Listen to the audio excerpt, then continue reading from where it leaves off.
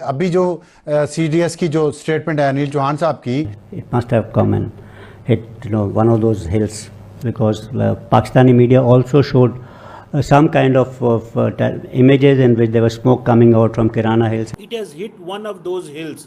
शायद ये किराना हिल्स पे इस सिचुएशन में हिट कर गया हो. I think it was at 6 o'clock in the morning. India strikes Kirana Hills. There is smoke rising from the local radar station. CDS Anil Chauhan का एक बड़ा दावा सामने आया। ऑपरेशन सिंदूर में किराना हिल्स तक पहुंचा था ड्रोन। क्योंकि इंडिया को तो पाकिस्तान के शहर शहर का पता है, ये सरगोदा है, ये फालिया है, ये मंडी बॉलदीन है, ये गुजरात है, यहाँ पे ये कर ये है कि सऊदी बंदरगाह पर एक मर्तबा फिर हमला हो गया है और इस मर्तबा जो शक का दायरा है वो ईरान की जानिब जा रहा है। देखिए, they were both very high level meetings. So for example doctor Jaishankar की मुलाकात पुतिन के साथ भी हुई।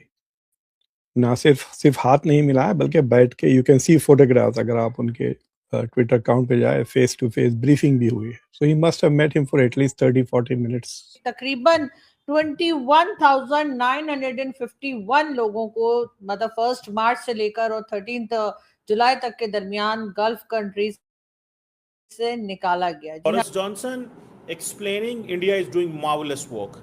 अजीत डोवल की मीटिंग है तो उनकी जो मेन डिस्कशंस हुए तो वो तो वांग यी के साथ हुए, और वांग यी आपको याद रखना चाहिए, he is not just a foreign minister, वो जरा हायर स्टेटस का बंदा है। नमस्कार दोस्तों, जय हिंद। न्यूज हिंदुस्तान की में आपका स्वागत है। दोस्तों, ऑपरेशन सिंदूर के दौरान पाकिस्तान के किराना हिल्स पर हुए कथित हमले को लेकर अब बड़ा खुलासा हुआ है। भारत के पूर्व chief of defence staff general Anil Chauhan ने इस पूरे मामले पर अहम जानकारी दी है।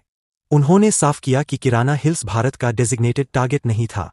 जनरल चौहान के मुताबिक ऑपरेशन के दौरान भारतीय लॉइटरिंग म्यूनिशंस को पाकिस्तान के सरगोदा इलाके में मौजूद रडार सिस्टम तलाशने के लिए भेजा गया था। इनमें से एक ड्रोन करीब 2 घंटे तक टारगेट की तलाश कर सकता था, लेकिन अगर उसे तय लक्ष्य नहीं मिलता तो उसकी फ्यूल एंड्योरेंस खत्म होने के बाद वह कहीं भी गिर सकता था। जनरल चौहान ने बताया कि शायद ऐसा ही एक ड्रोन किराना हिल्स में जाकर गिरा। किराना हिल्स सरगोदा से करीब 10 किलोमीटर उत्तर में है और पाकिस्तान के सेंसिटिव मिलिट्री और न्यूक्लियर इंफ्रास्ट्रक्चर से इसके संबंध को लेकर लंबे समय से चर्चा होती रही है। यानी दोस्तों, अब तक जिस सवाल पर बहस होती रही कि क्या भारत ने पाकिस्तान के न्यूक्लियर फैसिलिटी को जानबूझकर टारगेट किया था, उस पर जनरल चौहान ने एक अलग तस्वीर सामने रखी है। उनके मुताबिक भारत ने किराना हिल्स को टारगेट नहीं किया था, बल्कि रडार हंटिंग मिशन पर गया लॉइटरिंग म्यूनिशन वहां एक्सीडेंटली इंपैक्ट कर गया हो सकता है। और यही ऑपरेशन सिंदूर के इस पूरे एपिसोड का सबसे बड़ा नया खुलासा है। जय हिंद, जय भारत।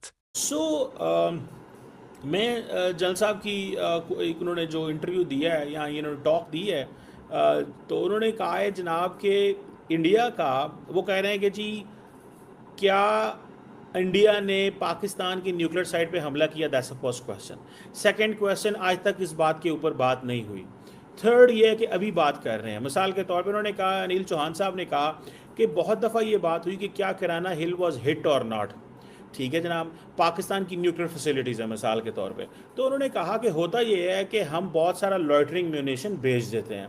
सो सरगोदा में भी गया और बहुत सारी जगहों पे वो गया होगा लॉइटरिंग म्यूनिशन, क्योंकि इंडिया को तो पाकिस्तान के शहर शहर का पता है, ये सरगोदा है, ये फालिया है, ये मंडी बॉलदीन है, ये गुजरात है, यहाँ पे ये करना है, यहाँ पे ये है, यहाँ पे ये। तो उन्होंने क्या कहते हैं कि हमने क्या किया कि हमने लॉइटरिंग म्यूनिशन भेजा हुआ था, और वो जो लॉइटरिंग म्यूनिशन था वो किराना हिल के 10 किलोमीटर के अंदर अंदर नॉर्थ ऑफ सरगोदा के अंदर कहीं पे वो कोई गिर गया होगा। तो होता ये है कि जो लॉइटरिंग म्यूनिशन होता है वो रेडार्स ढूंढ रहा होता है। So they send the loitering munition. जब आप रेडार जब वो पिक करता है उस लॉइटरिंग म्यूनिशन को, तो वो उसको हमला करता है, उसको नीचे गिराना चाहता है। जब वो उसको नीचे गिराते हैं तो वो जो होता है लॉइटरिंग म्यूनिशन, वो पीछे वापस इंडियंस को पैगाम देगा कि जी यहाँ पे इनका पड़ा हुआ रेडार, यहाँ पे इनका पड़ा हुआ एयर डिफेंस सिस्टम, तो लिहाजा इसको हिट कर दो। तो दैट्स हाउ वो कह रहे हैं कि हमने किया। तो वो कह रहे हैं कि तकरीबन 2 घंटे तक समटाइम्स जब उसका फ्यूल ख़त्म हो जाता है या कुछ ऐसी सिचुएशन पैदा हो जाती है तो वो खुद ही गिर जाता है। तो वो कह रहे हैं कि हो सकता है कि जनाब it has hit one of those hills, शायद ये किराना हिल्स पे इस सिचुएशन में हिट कर गया हो। ये that could be one of the reasons जो अक्सर लोग कहते हैं। ये इस तरह की बातें हुई। No, this is a question, this is a proposal which he shared. मैंने आपको कल भी कहा था, आज भी मैंने इसकी बात की थी कि India is working to create stratcom situation जहाँ पे वो नैरेटिव अपने हाथ में रखना चाहते हैं।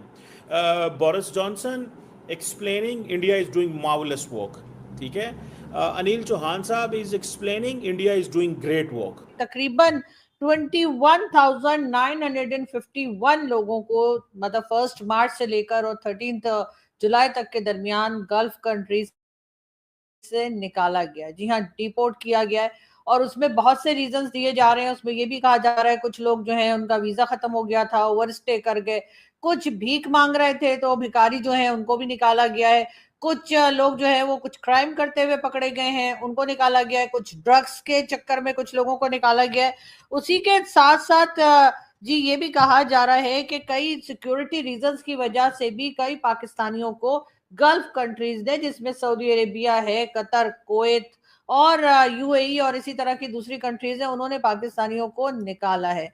उनमें ज्यादा तादाद जो है वो भिखारियों की है, कम लोग हैं जो ड्रग्स के चक्कर में पकड़े गए हैं या सिक्योरिटी थ्रेट थे या और कोई क्राइम उन्होंने किया था या ओवरस्टे कर गए या फिर वहां पर उन्होंने रुकने की कोशिश की, इलीगल तरीके से वहां पर रह जाने की भी कोशिश की। उन लोगों को भी जो है गल्फ कंट्रीज ने निकाला है। इस वक्त पाकिस्तान में लोगों की जो हालत है और जिस तरह से लोग परेशान है, उसमें हर एक की कोशिश यही है कि किसी तरीके से किसी भी दूसरे देश में या किसी भी दूसरी कंट्री या मुल्क में जो है वो लोग जो है वो वहां चले जाएं और वहां पे किसी तरीके से स्टे कर जाएं, चाहे जॉब करें, चाहे क्राइम करें, चाहे जो भी करें, लेकिन यहाँ से चले जाएं। लोग बार बार यहाँ से निकलने की कोशिश कर रहे हैं और उसके बाद अगर हमारे लोग बैठकर ये कहते हैं कि जी पाकिस्तान में तो बड़ी खुशहाली है, पाकिस्तान में तो लोग बड़े आराम से हैं, पाकिस्तान में तो कोई लोगों को टेंशन ही नहीं है, तो जरा उन लोगों के बारे में भी बता दें कि जिन लोगों को इस तरह से डिपोर्ट किया जा रहा है। यानी सिर्फ मार्च से जुलाई तक का फिगर जो मैं आपको दे रही हूँ उसमें तकरीबन 22,000 के करीब लोग जो हैं वो निकाले गए हैं। उसी के साथ साथ कई बार हमने देखा कि लीगल तरीके से कश्तियों में या कहीं ना कहीं जो है वो लोग किसी दूसरी कंट्री में जाने की कोशिश करते हैं, उसमें उनकी कश्तियां या उनकी जो बोट्स होती हैं वो डूब जाती हैं, लोगों की जानें चली जाती हैं, लोग मर रहे हैं, अपनी जानें दे रहे हैं, लेकिन पाकिस्तान में रहने को तैयार नहीं है। आखिर ऐसा क्या किया है पाकिस्तान ने 79 इयर्स में जिसकी वजह से अब वो पाकिस्तान के वो लोग जिनके लिए बड़ा कहा जाता था जी हमने एक अलग मुल्क बनाया है, अब यहाँ ये होगी, वो खुशहाली होगी और इस किस्म की बातें जो की जाती हैं, वो देखते हुए लगता तो यही है कि ऐसा कुछ भी पाकिस्तान नहीं कर पाया है और यहाँ पे सिवाय करप्शन के और उसके अलावा कुछ भी दिखाई नहीं देता। कुछ चंद हजार लोग हैं जो यकीनन बहुत खुशहाल हैं और उसमें बहुत हाथ जो है आधे से ज्यादा लोगों का जो है वो करप्शन में भी रहा है और उसके बाद बाकी जो आम पब्लिक है वो बेचारी तो यहाँ पर परेशान होने के लिए, मरने के लिए, भूखा रहने के लिए, उनके बच्चों के लिए एजुकेशन नहीं है, उनके लिए किसी किस्म की सिक्योरिटी